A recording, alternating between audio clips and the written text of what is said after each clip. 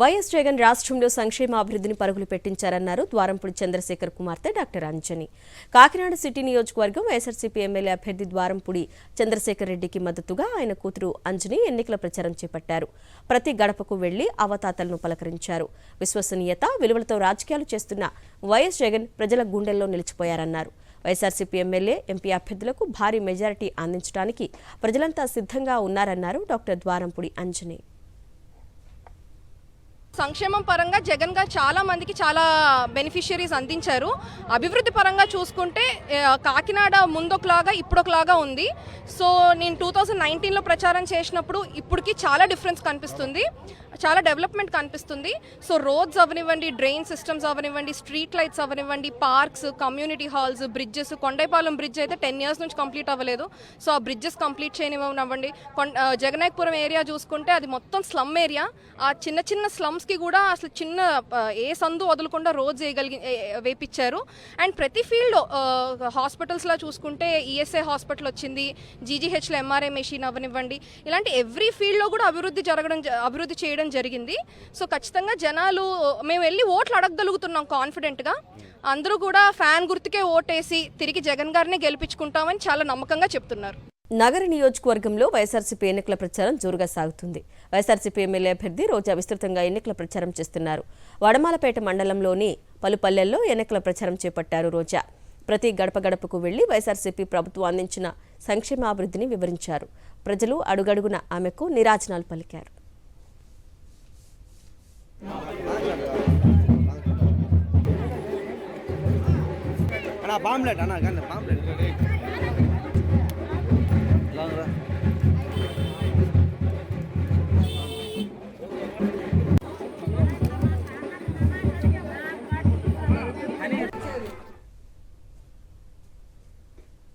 నెల్లూరు జిల్లాలో వైఎస్ఆర్సీపీ ఎన్నికల ప్రచారం ముమ్మరంగా సాగుతోంది. ఆత్మకూరు నియోజకవర్గంలో ఎమ్మెల్యే అభ్యర్థి మేకపాటి విక్రమ్ రెడ్డి విస్తృతంగా ప్రచారం చేస్తున్నారు. ఏఎస్పేట మండలంలోని పలు పల్లెల్లో ఆయన ప్రచారం చేశారు. ప్రతి చోట అపూర్వ స్వాగతం లభించింది. వైఎస్ జగన్ అందించిన సంక్షేమంతో వైఎస్ఆర్సీపీ అభ్యర్థులకు ప్రజల నుంచి అపూర్వమైన ఆదరణ లభిస్తుందన్నారు మేకపాటి విక్రమ్ రెడ్డి.